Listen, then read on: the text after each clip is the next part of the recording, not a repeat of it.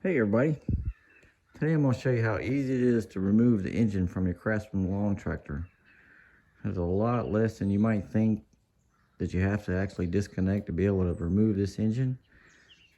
And this will give you access to be able to reseal your oil pan or maybe replace your crankshaft seal.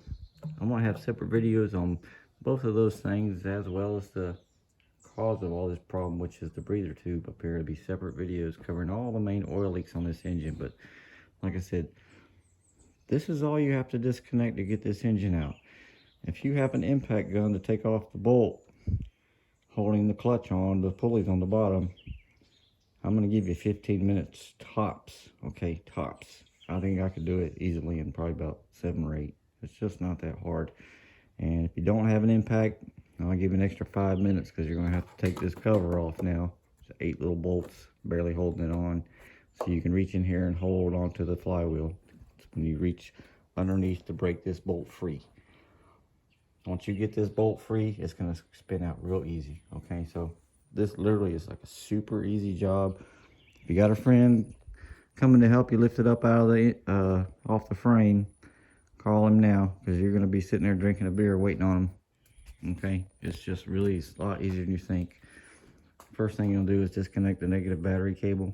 Okay, mine was a couple 7/16 wrenches is what I needed. And then we're going to come down here and we're going to disconnect the starter cable right here. The original is going to be a 7/16. I have a replacement starter, so it's a 10mm. We have 2 electrical connections we have to disconnect. This one is the 2 wires that's going to your clutch. You squeeze these 2 tabs and pull it loose.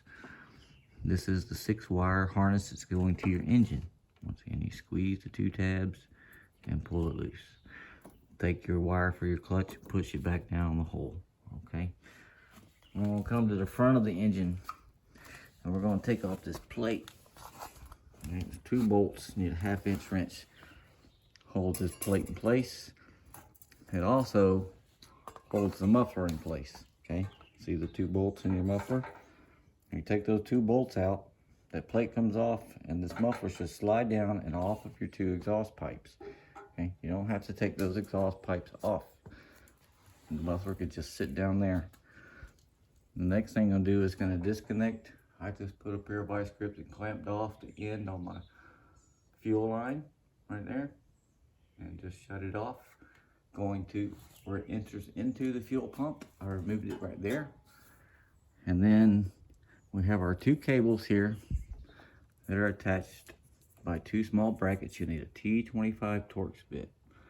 And you can see I've marked the position. The center of those 2 markers is where my little bracket goes. So you need a T25 Torx bit, and you take these little brackets off, and then you're going to unhook the 2 cables from the 2 levers they go into.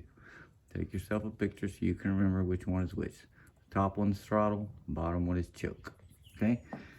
Now, we are almost done already. At this point, we have to take off the big bolt. Okay? It's a 16mm or a 5/8, either one works. Like I said, if you have an impact, man, you don't even have to just barely hit that thing. It's going to come loose and reverse. And then when you go to take it off, hold up on the clutch while you're taking the bolt out, because this thing's a little bit heavy. And if you're just taking the bolt out with one hand, this is going to fall down on you, and it's also going to make the bolt feel tight the whole way. Hold the clutch up with one hand, take the bolt all the way out, then your clutch should slide right off the shaft of the motor. When you go to put it back in, this little slot here lines up with a rod that keeps the clutch from turning on you. Okay? After you get that clutch off, you're going to have to set your parking brake, and this will relieve the tension on this upper pulley above your clutch. Slide it down slightly, remove your belt, and then the whole pulley will come off. You can see it's got a spot there that matches up with the keyway, just like on your clutch. And the last thing you got to do is take out 4 bolts. I mean, the 14mm, 4 bolts holding the engine to the frame. Okay, you can see them. 1, 2, 3, 4. And you're done. It's out. Pick it up and sit it on your table.